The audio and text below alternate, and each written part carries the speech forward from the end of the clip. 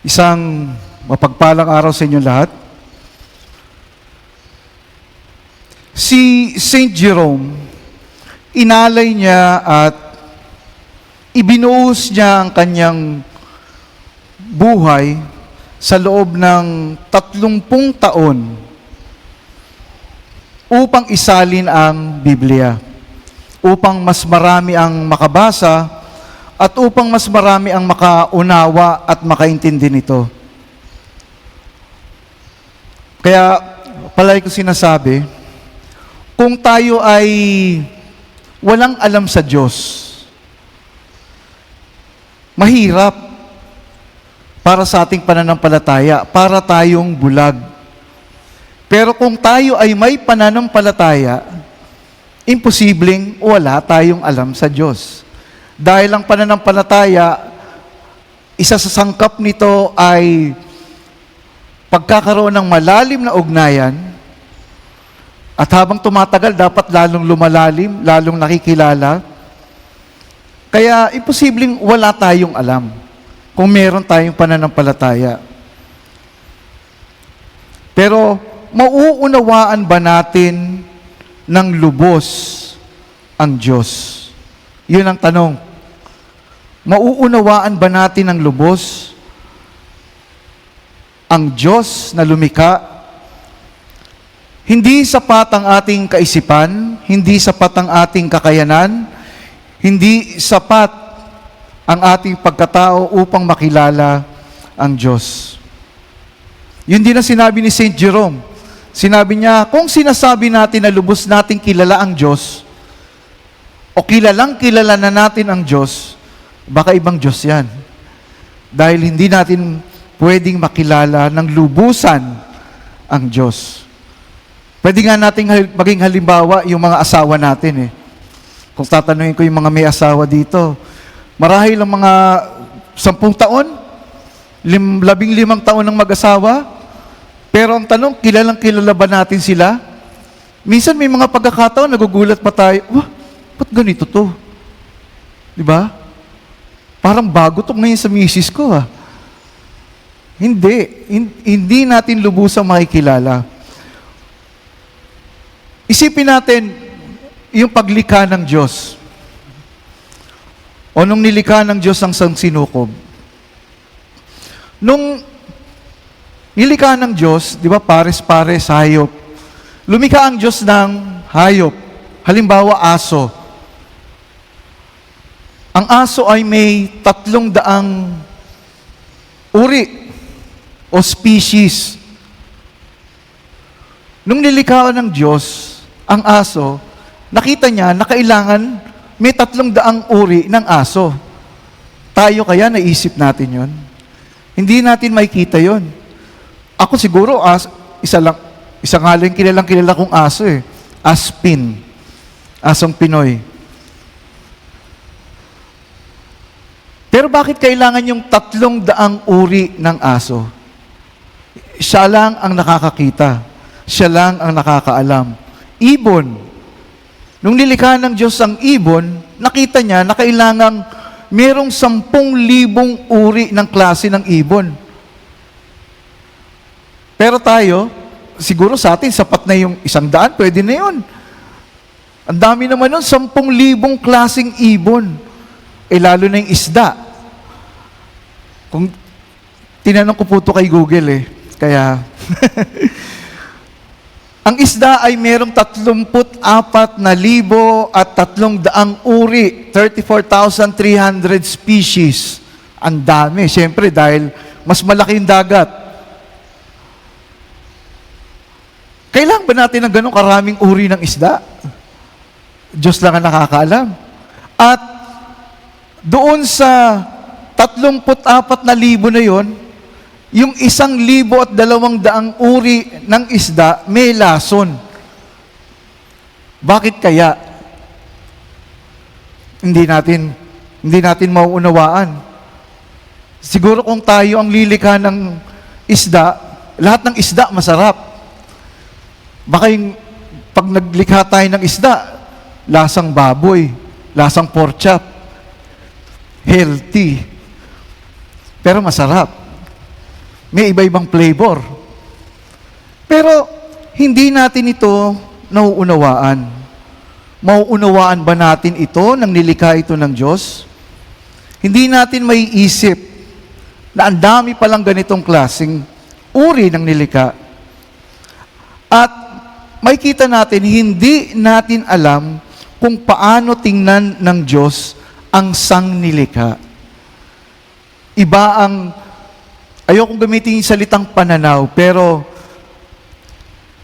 do not limit God with our own limitation. Iba ang pananaw natin, iba ang pananaw ng Diyos. Sa tugunang awit kanina, yung huling 2 talata, sinabi doon, Diyos ko, wag mo kong iwan. Wag mo kong layuan. Tulungan mo ko.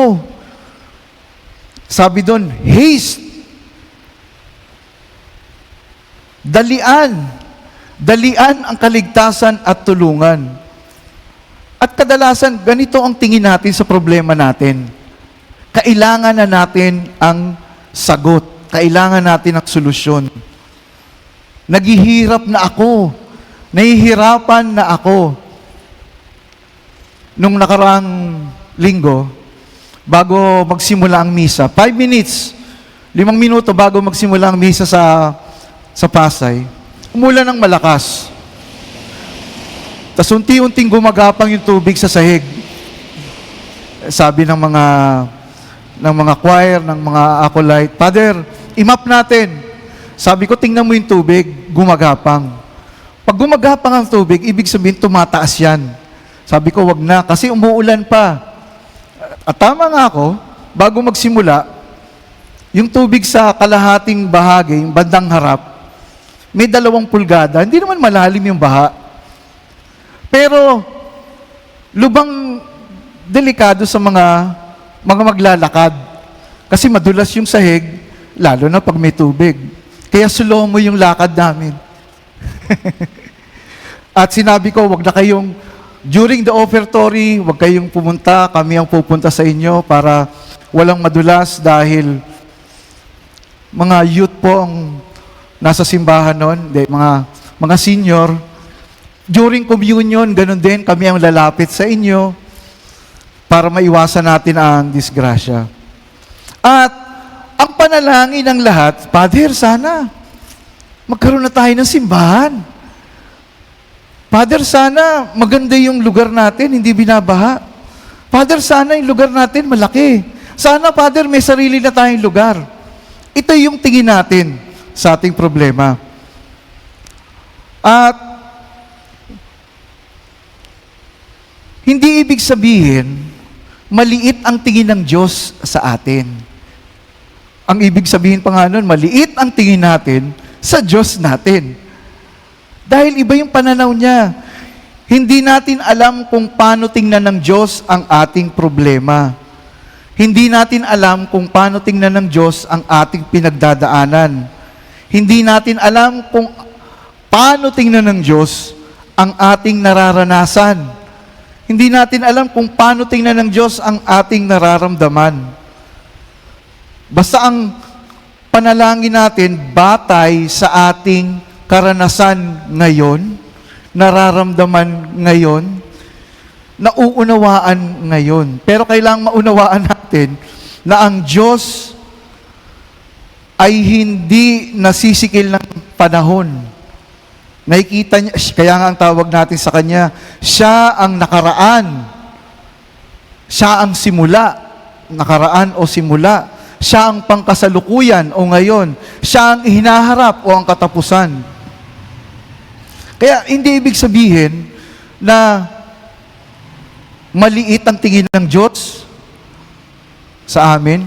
Wawa naman kami, binabaha kami. Buti pa yung, Father Arnel, gagamitin kita. Buti pa yung Baguio, hindi binabaha. Abay, malaking bagay yun. Ibig sabihin, talagang malaki yung baha. Dahil mataas yung Baguio. Pero may dahilan ang Panginoon. Sa Ebanghelyo, Ano ang pinaparamdam sa atin? Ano yung pinapahiwatig? Ano yung pinapaalala sa atin?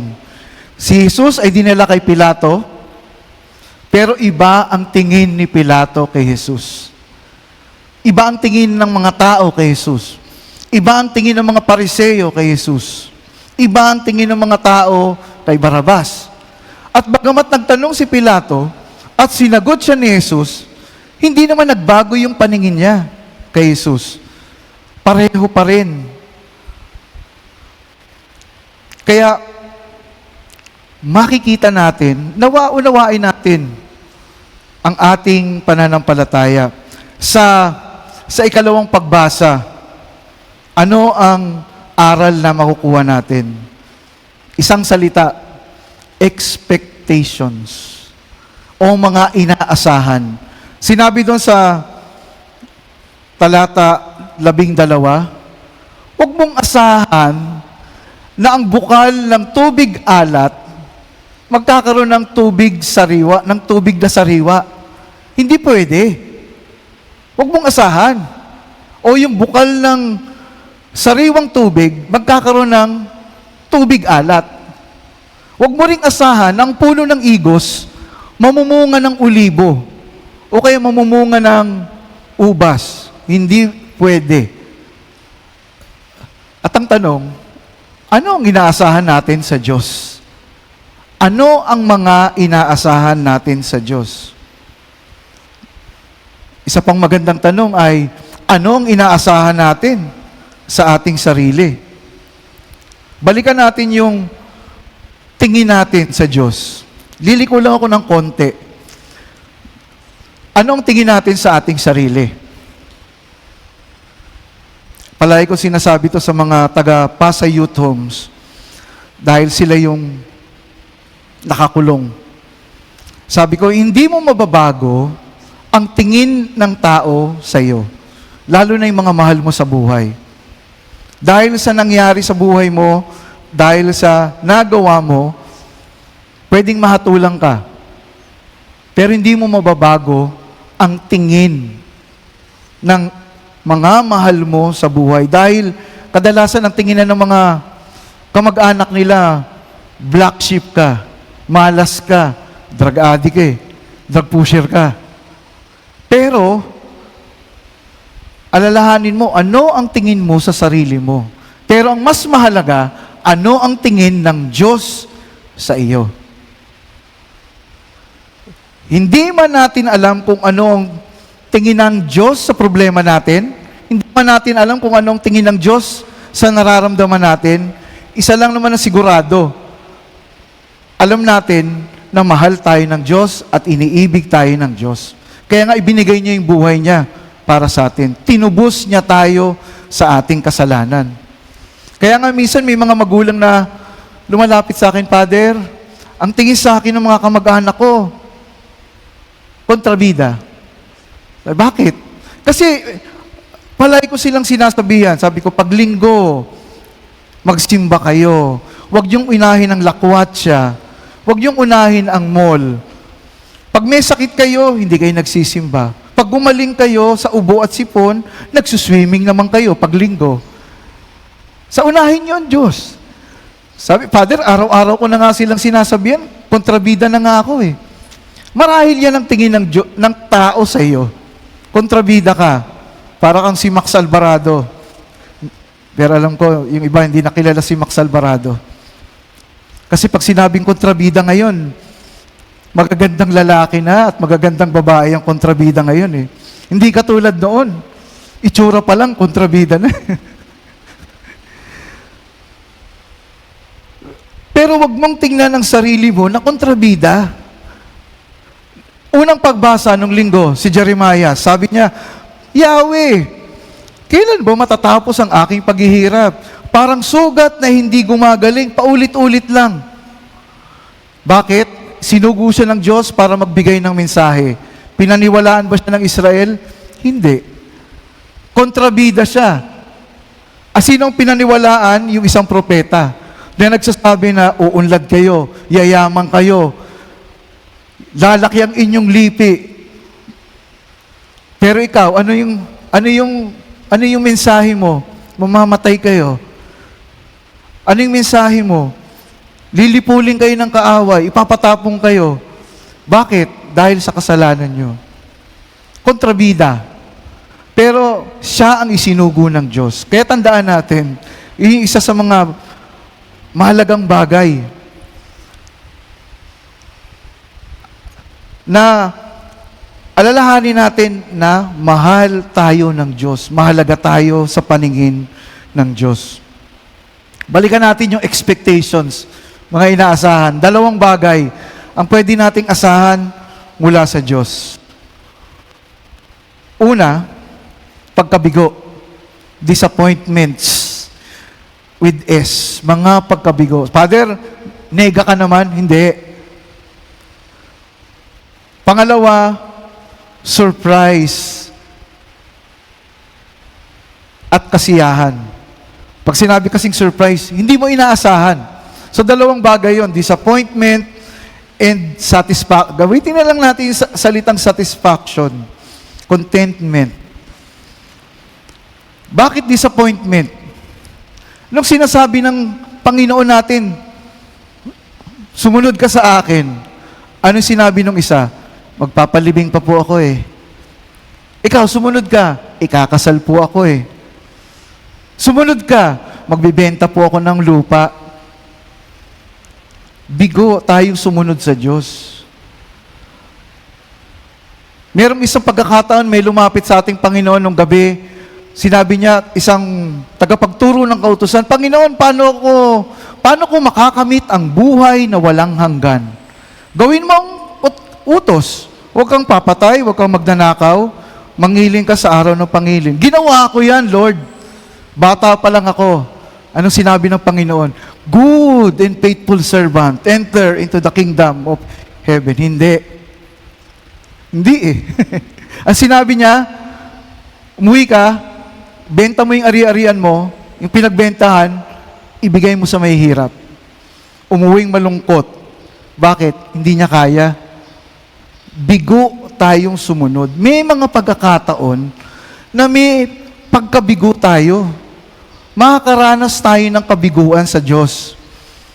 May mga panalangin tayo na hindi agad nasasagot. Bigo.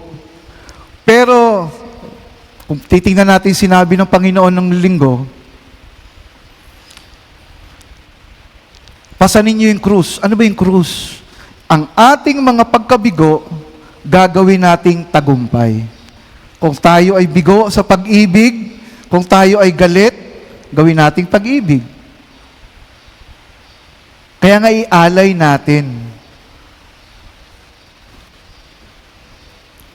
Kasiyahan.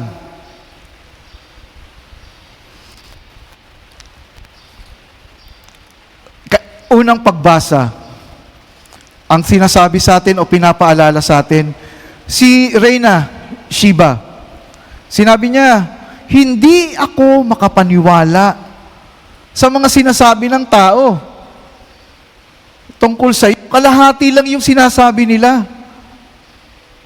Kalahati lang yung ibinabalita sa akin. Beyond expectation. Kailangan pa palang makilala kita. At yun yung isang mahalagang sangkap para maunawaan natin, relasyon sa Diyos. Nauunawaan natin na ang Panginoon ay malaki kumpara sa ating iniisip. Kaya nga ang hamon sa atin, mangarap ka, managinip ka, mag-isip ka ng magagandang bagay, at ibibigay ng Diyos mas malaki, mas maligaya, mas maganda. At nawa, kailangan intindihin natin ang ating pananampalataya. Pero, sinabi ni San Agustin naman, hindi ibig sabihin na kung hindi natin naiintindihan, hindi ka na pwedeng manampalataya. So, anong ibig sabihin nun? Sa mga nananampalataya, tayo ay may responsibilidad na unawain ang ating pananampalataya. Pero sa mga hindi pa at walang pang-unawa, hindi natin pwede, ang bobo mo kasi. Hindi natin pwedeng sabihin yun. Wala ka kasing alam eh. Hindi, sabi ni San Agustin, kahit hindi mo nauunawaan, pwede kang manampalataya. Yun ang simula. Ang mahirap sa atin, puro simula. Ayaw nating lumalim yung ugnayan natin. Ayaw nating lumalim yung relasyon natin sa Diyos. Kaya, ibalik natin yung tanong sa atin.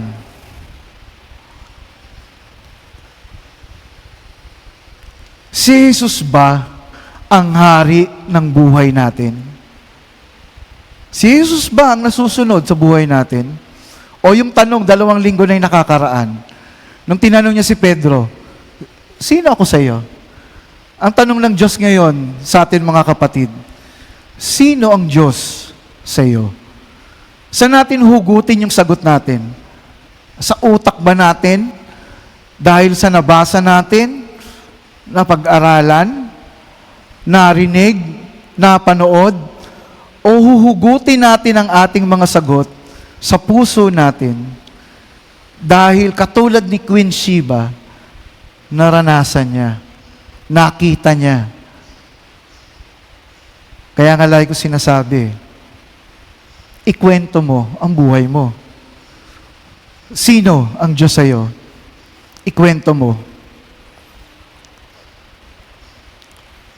At nawa, huling-huli, napaalala, na sa ating pagdarasal, panalangin, lumapit tayo at humingi tayo ng biyaya ng pang-unawa, biyaya ng pasasalamat. Biyaya ng pang-unawa para maunawaan ang mga bagay-bagay na nangyayari sa atin at hindi tayo magreklamo. Biyaya ng pasasalamat dahil ang mga bagay na wala sa ating mga kamay ay nakakabuti para sa atin. Yun ang paningin ng Diyos sa ating nararanasan.